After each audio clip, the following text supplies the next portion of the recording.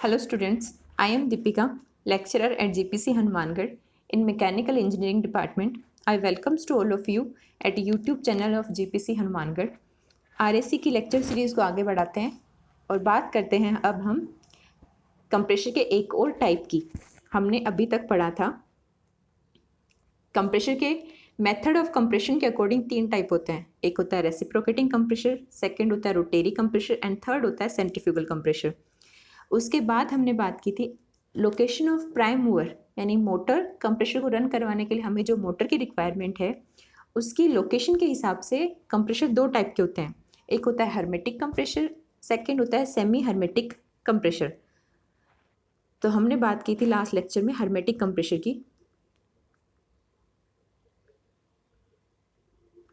एक बार फिर से हर्मेटिक कंप्रेशर को रिवाइज कर लेते हैं। हर्मेटिक कंप्रेशर में क्या होता है, उसका दूसरा नाम है सील्ड कंप्रेशर। इसमें क्या होगा कि जो कंप्रेशर है और जो मोटर है, कंप्रेशर को रन करवाने के लिए मोटर की रिक्वायरमेंट होगी, क्योंकि कंप्रेशर जो है वो वर्क ऑपरेटेड यूनिट है जिसके लिए वर्क की रिक्वायरमेंट हो।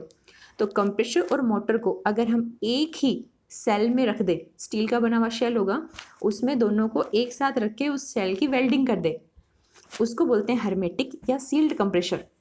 बेसिकली हर्मेटिक जो कंप्रेशर है उसमें जो पूरी रेफ्रिजरेशन यूनिट होती है वो एक ही शेल के अंदर होगी। ठीक है, तो बेसिकली इसके एडवांटेज और डिसएडवांटेज देख लेते हैं कि क्या एडवांटेज एंड क्या डिसएडवांटेज है। इसमें सबसे बड़ा एडवांटेज जो है वो ये है कि रेफ्रिजरेंट का जो लीकेज होता है वो नहीं होगा, क्योंकि सिस्टम अगर अलग अलग रखे हुए हैं तो सिस्टम में अलग अलग यूनिट अगर अलग हैं, एक ही शेल में ना है, तो क्या होगा, उसमें रेफ्रिजरेंट के लिए क्या करते हैं, ट्यूब यूज़ करते हैं, पाइप यूज़ करते हैं, एक ट्यूब होती है जिससे लीकेज के चांसेस होते हैं। यहाँ पर क्या होगा, सारी यूनिट को हमने एक ही शेल में रखा है तो हमारे पास रेफ्रिजरेंट के लीकेज के चांसेस कम हो जाएंगे। Second thing, less noisy and compact. Less noisy and compact basically क्या होता है, जब जो मोटर होती है उससे क्या होती है, साउंड प्रोड्यूस होती है। ठीक है, तो इसमें क्या है, हमने सिस्टम को पूरा एक शेल में रख दिया तो यहाँ पे जो नॉइज़ प्रोड्यूस होगी वो भी लेस नॉइज़ प्रोड्यूस होगी। Third, lubrication is simple as the motor and compressor operate in a sealed space with the lubricating oil। ठीक है, इसमें क्या दे रखा है कि ये जो lubrication जो है वो सिंपल मेथड है यहाँ पे कि हम lubrication सिंपली यूज़ कर सकते हैं। क्यों? क्योंकि यहाँ पे जो कंप्रेशर है और जो मोटर है वो एक ही जो अपना ऑपरेट हो रहे हैं वो सील्ड एनवायरनमेंट में ऑपरेट हो रहे हैं। ठीक है, तो यानी कि अगर हमें वैसे अगर बोला जाए मेंटेनेंस की बात जहाँ पर भी आएगी, अगर लुब्रिकेशन ऑयल चेंज करना है तो यहाँ पे इशू आएगा। लेकिन अगर लुब्रिकेशन ऑयल के लिए अगर पूछा जाए कि सिंपल मेथड कहाँ पे होगा, तो हम बोलेंगे कहाँ पर होगा, जो हर्मेटिक और सील्ड कंप्रेशर है वहाँ पे होगा। तो बेसिकली तीन एडवांटेज हैं। एक तो लीकेज ऑफ रेफ्रिजरेंट रिमूव हो जाएगा, सेकेंड जो सिस्टम हमारा नॉइजी था वो नहीं रहेगा, lubrication is simple as a motor and compressor are in a single sealed space.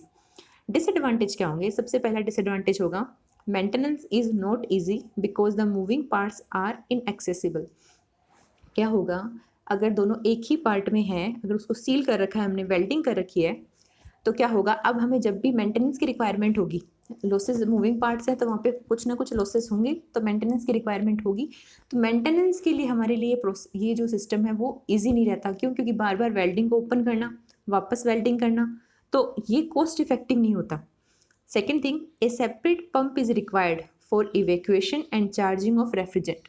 अब पूरा सिस्टम अगर क्लोज है तो उसके अंदर हमें अब सेपरेट पंप की रिक्वायरमेंट होगी पूरे सिस्टम को ओपन करके, किसकी, रेफ्रिजरेंट को एंटर करने के लिए पाइप्स में। चार्जिंग मतलब क्या होता है कि रेफ्रिजरेंट को सिस्टम में एंटर करवाना। तो ये थे हर्मेटिक एंड सील्ड कंप्रेशर के एडवांटेज एंड डिसएडवांटेज। इन्हीं को ही ध्यान में रखते हुए नेक्स्ट हम टॉपिक पढ़ेंगे semi hermetic compressor. A semi-hermetic compressor is a sealed mechanical device that is used to regulate gas pressure by varying the volume of the gas। Basically simple है, compressor की डेफिनेशन दी गई है। ये compressor क्या होता है, compressor में हम क्या करते हैं, प्रेशर को इंक्रीज किया जाता है, जो रेफ्रिजरेंट है उसके प्रेशर को हम क्या करते हैं, इंक्रीज करते हैं। किसकी हेल्प से, वॉल्यूम को चेंज करके, सिस्टम के वॉल्यूम को चेंज करके हम क्या करते हैं, प्रेशर को चेंज करते हैं। The way a semi-hermetic compressor work is that a motor is energized by a current, then in turns rotate a crankshaft.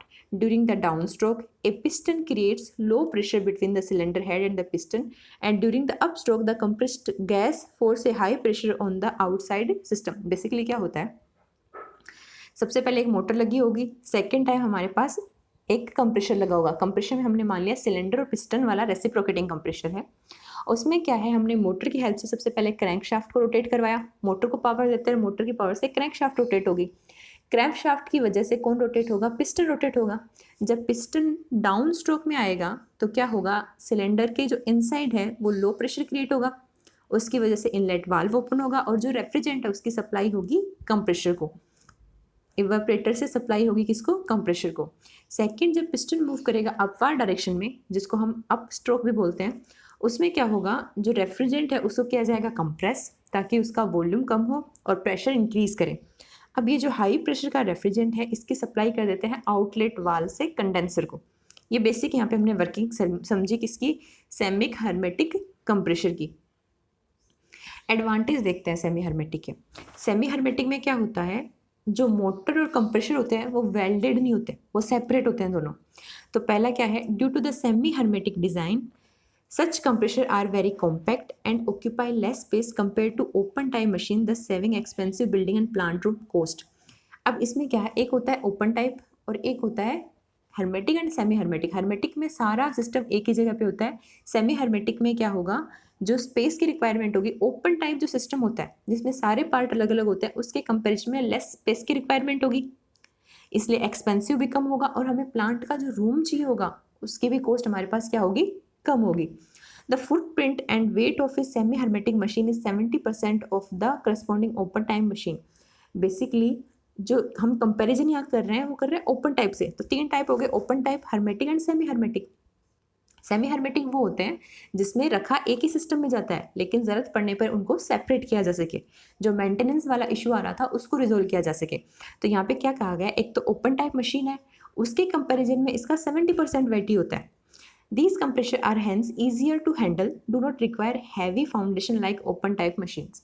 अब सारा सिस्टम अलग अलग है तो सबको हैवी फाउंडेशन की जरूरत पड़ेगी, फाउंडेशन की जरूरत पड़ती है वाइब्रेशन को एब्जॉर्ब करने के लिए, जबकि सेमी हर्मेटिक जो सिस्टम है उसके अंदर हमें हैवी फाउंडेशन की जरूरत नहीं पड़ती। The common problem of A refrigerant leakage through the shaft seal is not face with the semi hermetic compressor because the motor is directly mounted on the compressor crank shaft. Basically यहाँ पर भी refrigerant leakage की problem नहीं होगी क्योंकि सारा जो system है वो पैक्ड है। Semi hermetic compressor do not require any pulleys and bells and have no alignment problem and no wear and tear problem of the drive element.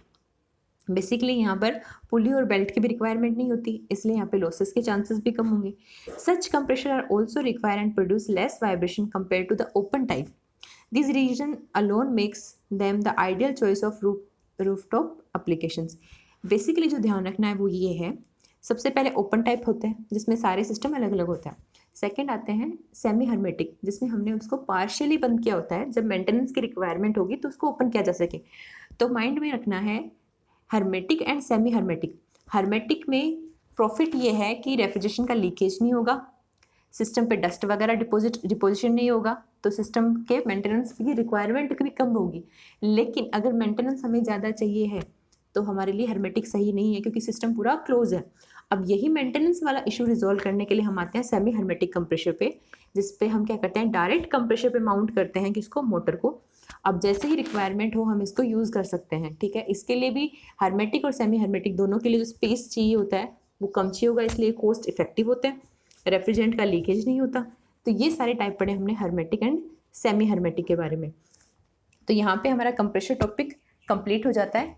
Next में हम शुरुआत करेंगे एक्सपांशन वाल्व के बारे में। तो कंप्रेशर को एक बार रिकॉल कर लेते हैं। तो हमने अभी तक क्या पढ़ा था, कंप्रेशर वो डिवाइस है जो इवेपोरेटर से आने वाले low pressure and high temperature refrigerant को high pressure and high temperature refrigerant में कन्वर्ट करता है और सप्लाई करता है कंडेंसर को, ठीक है। कंडेंसर को सप्लाई करने की जरूरत है हाई टेम्परेचर पे, क्योंकि कंडेंसर क्या करेगा, हीट रिजेक्ट करेगा रेफ्रिजरेंट से। तो जो रेफ्रिजरेंट है उसका टेम्परेचर जो सराउंडिंग टेम्परेचर है उससे ज़्यादा होना चाहिए ताकि वो हीट रिजेक्ट कर सके। तो हमने बात की कंप्रेशर के 3 टाइप की। बेसिकली जो कंप्रेशर लगा होता है वो लगा होता है इवेपोरेटर एंड कंडेंसर के बीच में। हमने बताया कंप्रेशर 3 टाइप के होते हैं according to method of compression.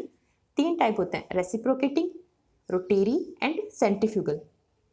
हमने बात की थी रोटेरी में हमने क्या देखा, सबसे पहले रेसिप्रोकेटिंग की बात की। रेसिप्रोकेटिंग में क्या होता है, simple IC engine, piston cylinder arrangement होता है सिंपल, जिसमें क्या होगा, इनलेट वाल्व होगा, आउटलेट वाल्व होगा और इनसाइड पिस्टन मूव करेगा अप एंड डाउन। पिस्टन की हेल्प से ही रेफ्रिजरेंट एंटर होगा और रेफ्रिजरेंट को कंप्रेस करके कंडेंसर को सप्लाई की जाएगी। सेकेंड टाइप हमने देखा था रोटेरी कंप्रेशन। रोटेरी कंप्रेशन में क्या होता है, एक लगा होता है इनसाइड इम्पेलर लगा होता है, आउटसाइड सिलेंडर है, यहाँ पिस्टन न होकर इनसाइड लगा होता है इम्पेलर। अब इम्पेलर की हेल्प से ही हम क्या करते हैं, इम्पेलर जो है वो रोटेट होता है और रोटेट होगा तो उसी की हेल्प से हम क्या करते हैं, यहाँ पे रेफ्रिजरेंट को कंप्रेस करते हैं। साथ ही साथ यहाँ पर एक ब्लेड लगी होती है।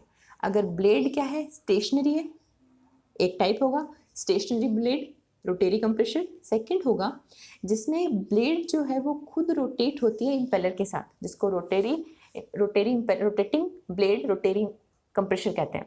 ठीक है, ये थे दो टाइप रोटेरी कंप्रेशर के। थर्ड हमने पढ़ा था सेंट्रीफ्यूगल कंप्रेशन। सेंट्रीफ्यूगल कंप्रेशन में क्या होता है, प्रेशराइज करने के लिए सेंट्रीफ्यूगल फोर्स का यूज़ करते हैं। ठीक है, इन दोनों में जो प्रीवियसली पढ़े रेसिप्रोकेटिंग और वो, उसमें इनलेट और आउटलेट वाल्व लगे होते हैं।